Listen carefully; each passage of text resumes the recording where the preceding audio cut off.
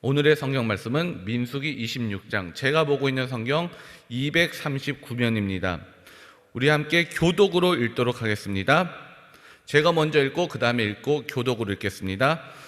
연병 후에 여호와께서 모세와 제사장 아론의 아들 엘르아살에게 일러 가라사대 이스라엘의 자손 온 회중의 총수를 그 조상의 집에 따라 조사하되 이스라엘 중에 무릇 20세 이상으로 능히 싸움에 나갈 만한 자를 계수하라 하시니, 모세와 제사장 엘르아살이 여리고 맞은편 요단가 모압 평지에서 그들에게 고하여 가로되 여호와께서 애굽 땅에서 나온 모세와 이스라엘 자손에게 명하신 대로 너희는 20세 이상 된 자를 계수하라 하니라. 이스라엘의 장자는 루벤이라. 루벤 자손이 한옥에서 난 한옥 가족과 발루에서 난 발루 가족과 헤스론에서 난 헤스론 가족과 갈미에서 난 갈미 가족이니, 이는 루벤 가족들이라. 계수함을 입은 자는 43,730명이요 발루의 아들은 엘리압이요 엘리압의 아들은 느무엘과 다단과 아비람이라. 이 다단과 아비람은 회중 가운데서 부름을 받은 자로라. 고라의 무리에 들어가서 모세와 아론을 거스려 여호와께 패역할 때에 땅이 그 입을 열어 그 무리와 고라를 삼키매 그들이 죽었고, 당시 불이 250명을 삼켜 징계가 되게 하였으나 그러나 고라의 아들들은 죽지 아니하였더라. 시므의 자손은 그 종족대로 이러하니 느무엘에게서 난 느무엘 가족과 야민에서 난 야민 가족과 야긴에서 난 야긴 가족과 세라에게서 난 세라 가족과 사울에서 난 사울 가족이라. 이는 시므온 종족들이니 계수함을 입은 자가 22,200명이었더라. 갓 자손은 그 종족대로 이러하니 스본에게서 난 스본 가족과 학기에게서 난 학기 가족과 순이에게서 난 순이 가족과 오스니에게서 난 오스니 가족과 에리에게서 난 에리 가족과 아롯에게서 난 아롯 가족과 아렐리에게서 난 아렐리 가족이라. 이는 가짜 속의 종족이니 계수함을 입은 자가 45,000명이었더라. 유다의 아들은 에르와 오난이라. 이 에르와 오난은 가나안 땅에서 죽었고, 유다의 자손은 그 종족대로 이러하니 셀라에게서 난 셀라 가족과 베레스에게서 난 베레스 가족과 세라에게서 난 세라 가족이며, 또 베레스 자손은 이러하니 헤스론에게서 난 헤스론 가족과 하물에게서 난 하물 가족이라. 이는 유다 종족들이니 계수함을 입은 자가 76,500명이었더라. 이사갈 자손은 그 종족대로 이러하니 돌라에게서 난 돌라 가족과 부하에게서 난 부니 가족이니 아숲에게서 난 아숲 가족과 시므론에게서 난 시므론 가족이라. 이는 이사갈 종족들이니 계수함을 입은 자가 64,300명이었더라. 스불론 자손은 그 종족대로 이러하니 세렛에게서 난 세렛 가족과 엘론에게서 난 엘론 가족과 얄르엘에게서 난 얄르엘 가족이라. 이는 스불론 종족들이니 계수함을 입은 자가 65,000명이었더라. 요셉의 아들들은 그 종족대로 므낫세와 에브라임이요 므낫세의 자손 중 마길에게서 난 것은 마길 가족이라. 마길이 길르앗을 낳았고 길르앗에게서 난 것은 길르앗 가족이라. 길르앗 자손은 이러하니 이에셀에게서 난 이에셀 가족과 헬렉에게서 난 헬렉 가족과 아스리엘에게서 난 아스리엘 가족과 세겜에서 난 세겜 가족과 스미다에게서 난 스미다 가족과 헤벨에게서 난 헤벨 가족이며, 헤벨의 아들 슬로브핫의 아들이 없고 딸뿐이라. 그 딸의 이름이 말라와 노아와 호글라와 밀가와 디르사니. 이는 므낫세 종족들이라. 계수함을 입은 자가 52,700명이었더라. 에브라임 자손은 그 종족대로 이러하니 수델라에게서 난 수델라 가족과 베겔에게서 난 베겔 가족과 다한에게서 난 다한 가족이며, 수델라 자손은 이러하니 에란에게서 난 에란 가족이라. 이는 에브라임 자손의 종족들이니 계수함을 입은 자가 32,500명이라. 이상은 그 종족을 따른 요셉 자손이었더라. 베냐민 자손은 그 종족대로 이러하니 벨라에게서 난 벨라 가족과 아스벨에게서 난 아스벨 가족과 아이람에게서 난 아이람 가족과 스부밤에게서 난 스부밤 가족과 후밤에게서 난 후밤 가족이며, 벨라의 아들은 아르과 나아만이라. 아르덱의 아르 가족과 나아만에게서 나아만 가족이 났으니, 이는 그들의 종족을 따른 베냐민 자손이라. 계수함을 입은 자가 45,600명이었더라. 단 자손은 그 종족대로 이러하니라. 수함에게서 수함 가족이 났으니 이는 그들의 종족을 따른 단 가족들이라. 수함 모든 가족의 계수함을 입은 자가 64,400명이었더라. 아셀 자손은 그 종족대로 이러하니 임나에게서 난 임나 가족과 이스위에게서 난 이스위 가족과 부리아에게서 난 부리아 가족이며 부리아의 자손 중 헤벨에게서 난 헤벨 가족과 말기엘에게서 난 말기엘 가족이며 아셀의 딸의 이름은 세라라. 이는 아셀 자손의 종족들이니 계수함을 입은 자가 53,400명이었더라. 압달리 자손은 그 종족대로 이러하니 야셀에게서 난 야셀 가족과 구니에게서 난 구니 가족과 예셀에게서 난 예셀 가족과 실렘에게서 난 실렘 가족이라. 이는 그 종족에 따른 납달리 가족들이니 계수함을 입은 자가 45,400명이었더라. 이스라엘 자손의 계수함을 입은 자가 60만 1,730명이었더라. 여호와께서 모세에게 일러 가라사대 이 명수대로 땅을 나눠주어 기업을 삼게 하라.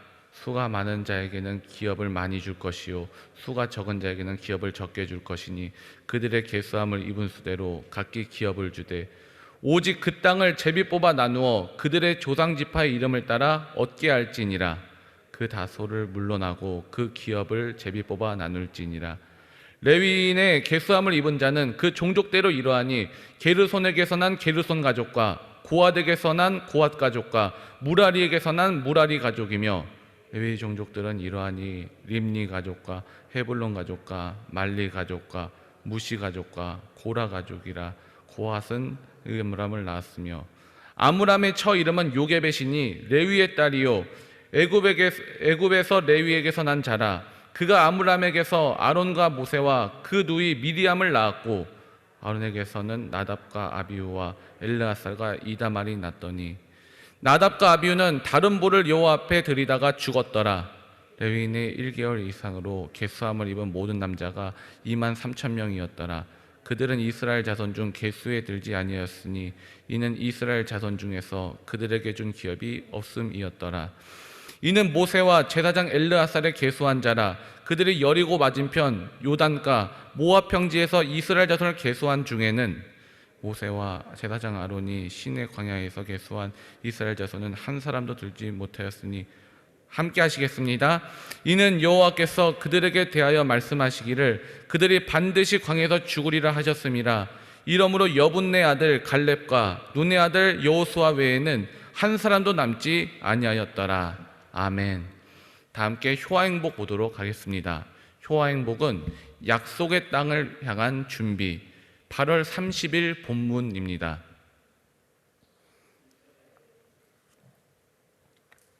오늘 말씀부터 함께 읽겠습니다. 이스라엘 자손의 계수함을 입은 자가 60만 1,730명이었더라. 민수기 26장 51절 말씀. 본문 읽도록 하겠습니다. 모세와 제사장 엘르아살은 여호와의 명령에 따라 이스라엘 백성 중에 싸움에 나갈 만한 20세 이상 된 남자들을 계수했다. 이것은 시내 광야에서 계수한 것에 이어서 두 번째로 모압 평지에서 계수한 것이다. 여기에 나오는 지파들의 목록은 민수기 1장 20절 이하의 형식과 동일하며 단지 므낫세와 에브라임 지파의 순서만이 바뀌어 있다. 각 지파에 대한 계수 결과 보도에 앞서 지파들을 구성하는 가문에 대한 상세한 개요가 본장에 등장한다. 계수된 숫자는 1장의 숫자와 완전히 다르지만 총계와 총수는 매우 비슷하다. 예를 들어서 시므온 자손은 1장에 비해서 상당히 적으며 므낫세와 베냐민 자손은 반대로 현저하게 많다. 그러나 전체를 합친 숫자는 60만 1,730명으로서 1차 때의 숫자 60만 3,550명과 흡사하다. 이러한 이스라엘 백성의 계수는 곧바로 있을 약속된 땅의 분배에 위한 사전조차였다. 왜냐하면 각 지파 할당 범위는 지파의 사람 숫자와 일치해야 했기 때문이다. 또한 그 땅은 또한 제비 뽑기를 통해 결정되어야 했다. 이스라엘 백성은 학대와 고역에 시달렸던 애굽 땅에서는 놀랄만한 인구 증가를 보였지만 비록 미미한 숫자이기는 하지만 광야에서는 오히려 그 인구가 줄어들었다.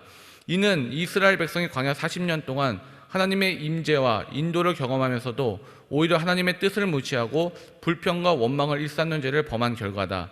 하나님의 축복을 받고 은혜를 누리는 것은 우리가 어떤 환경 가운데 있느냐에 달려있는 것이 아니라 하나님과 얼마나 올바른 관계를 맺고 있느냐에 달려 있는 것이다. 자신이 처해 있는 환경이 변화되기를 소원한다면 잊지 말자. 문제 해결의 열쇠는 환경이 아니라 하나님과의 관계에 있다. 아멘. 하나님의 말씀에는요, 힘이 있습니다. 예수님처럼 사탄의 유혹을 이기는 힘이 있습니다. 기도에도 힘이 있습니다. 다윗처럼 낙심과 절망을 이기는 힘이 있는 것입니다. 그리고 찬송에도 힘이 있습니다. 바울처럼 두려움의 문을 닫고 기쁨의 문을 여는 힘이 있습니다. 그런가 하면요, 숫자에도 힘이 있습니다. 그러기에 사람들은 숫자의 유혹을 쉽게 받습니다. 숫자가 보여주는 통계는 굉장한 힘을 가지고 있습니다.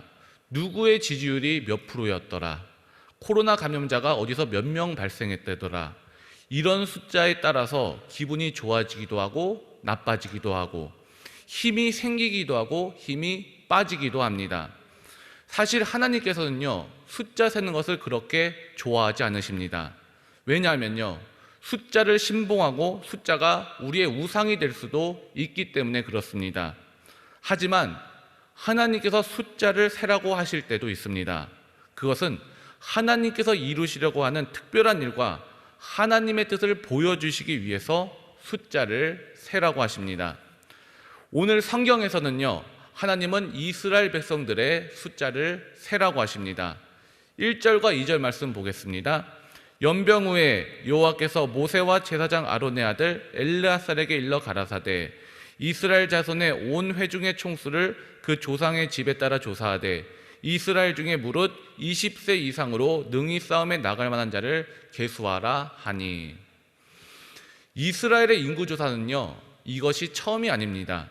두 번째입니다. 제1차 인구조사는요, 민수기 1장에서 나옵니다.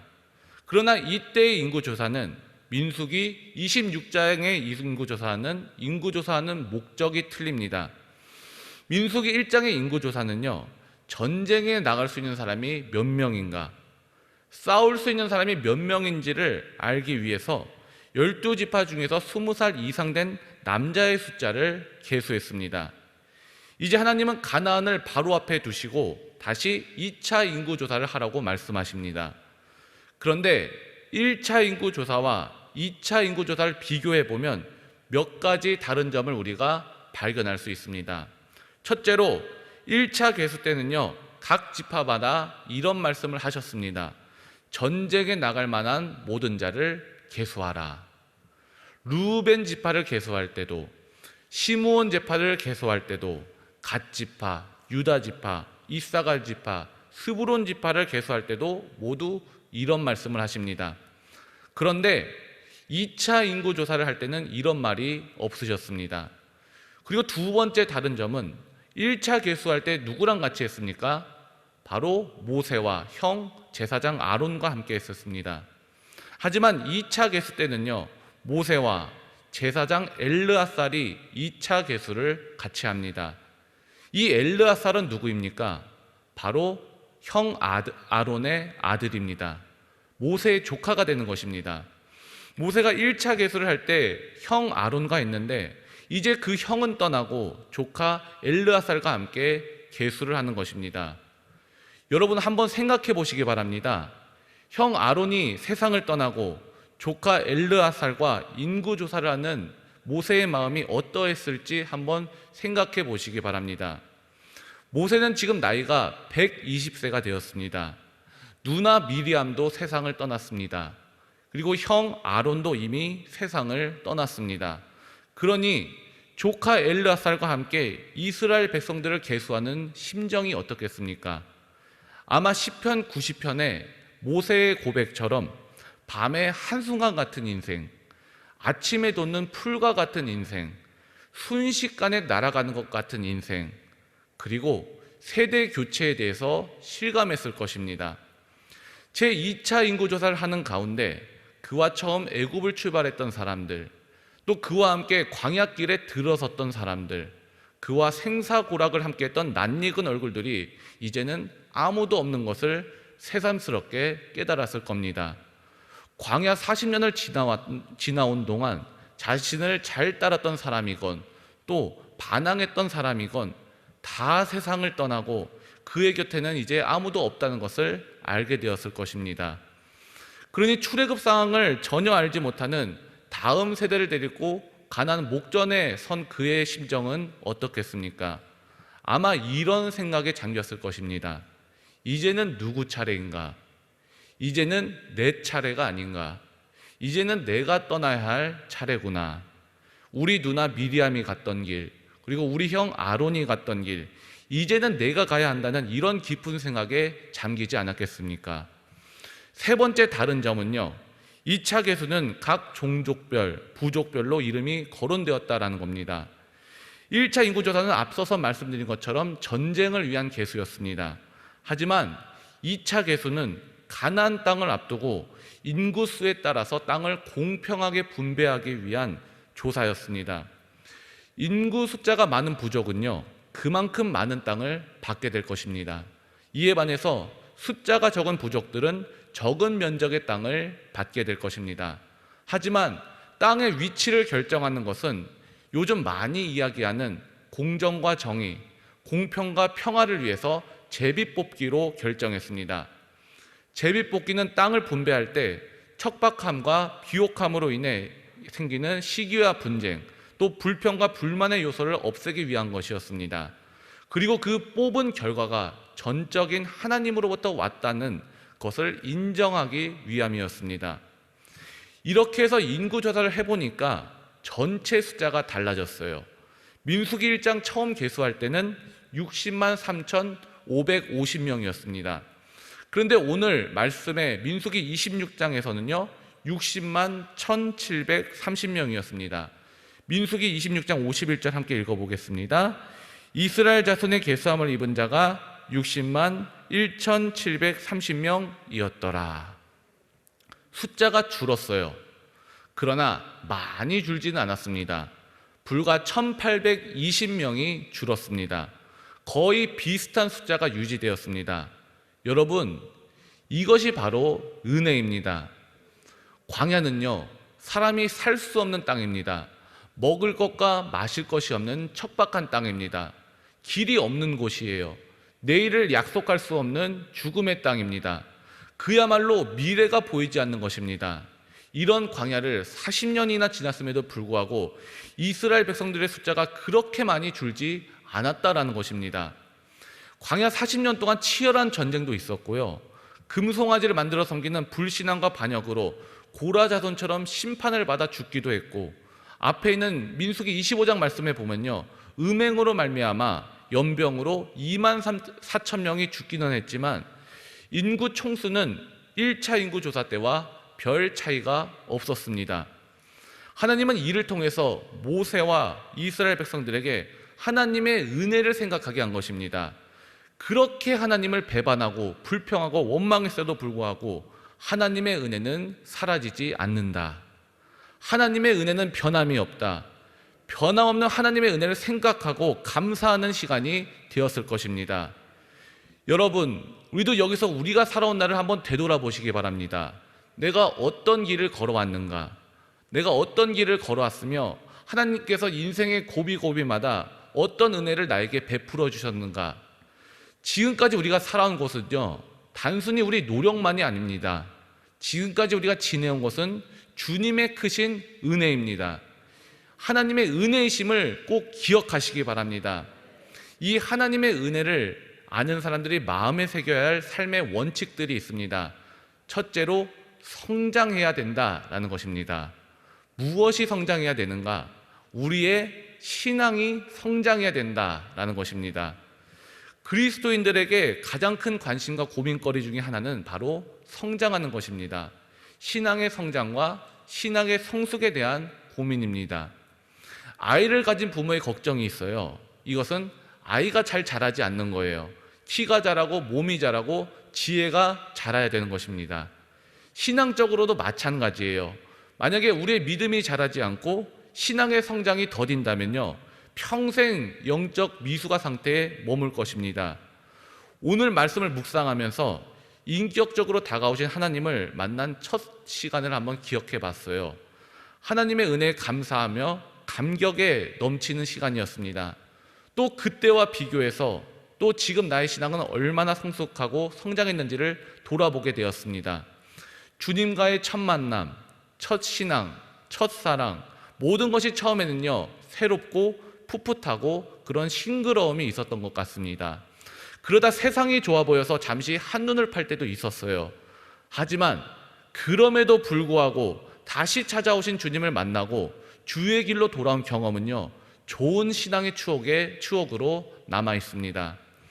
이렇듯 우리의 신앙의 초심이 끝까지 잘 지속됐으면 좋겠지만 초심을 유지한다는 것이 얼마나 어려운 것이라는 것을 우리는 경험을 통해 잘 알고 있습니다. 그렇습니다. 인간의 초심을 유지하는 것은요 인간의 힘과 노력으로 유지하기 힘듭니다. 하지만 성령께서 우리를 이끄시면요 우리는 할 수 있습니다. 더욱이 우리의 신앙이 성장하고 성숙해질 수 있는 것입니다.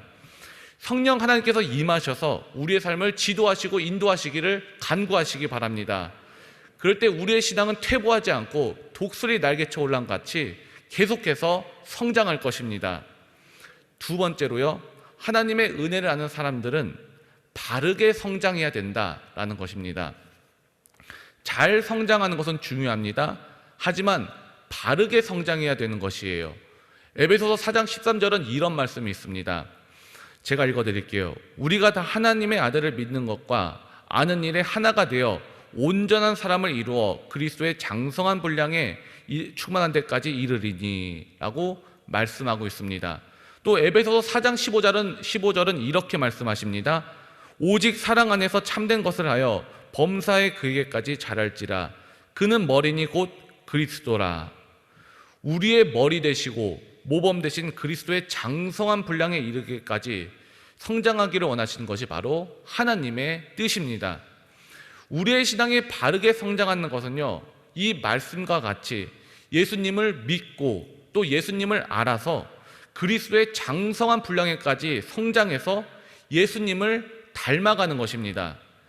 예수님을 닮아 우리 삶에서 예수님을 나타내며 사는 것, 이것이 바른 성장이며 하나님께서 기뻐하시는 성장입니다.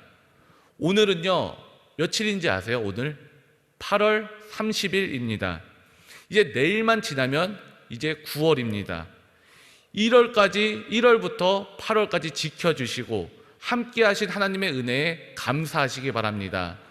그리고 1월부터 8월까지 지켜주시고 은혜 베푸신 하나님께서 다가올 9월도 지켜주시고 함께 하실 줄을 믿으시기 바랍니다. 9월에는요 모든 과일과 곡식이 익어가는 계절이에요. 우리와 또 우리 가족들의 믿음도 9월의 곡식 못지않게 충실하게 익어가기를 바랍니다. 하나님의 말씀을 믿고 기도를 통해서 성령을 의지하며 나아갈 때 이스라엘 백성들을 광야 40년 동안 지켜주시고 은혜 베푸신 것처럼 우리에게도 줄어들지 않는 성장의 은혜를 베푸실 것입니다. 오늘 기도에 동참하신 성도님들과 우리 교회 인터넷으로 함께 하시는 모든 성도들에게 줄어들지 않는 성장의 은혜가 함께 하시기를 축원합니다. 다 함께 기도하시겠습니다. 하나님 아버지, 여기까지 우리의 삶을 이끄시고 지도하시니 감사합니다. 우리가 주님을 믿고 믿음의 자녀로 살게 하시니 감사합니다. 우리가 여기서 머물지 않고 우리의 믿음이 더욱더 성장하게 하시고 성숙해지게 하여 주시옵소서. 8월까지 지켜주심을 감사합니다. 그리고 9월에도 줄어들지 않는 성장의 은혜를 받게 하여 주시옵소서. 삶 가운데 많은 열매 맺는 삶이 되게 하시며 풍성한 하나님의 은혜를 누리며 나누게 하여 주시옵소서. 예수님의 이름으로 기도드립니다. 아멘.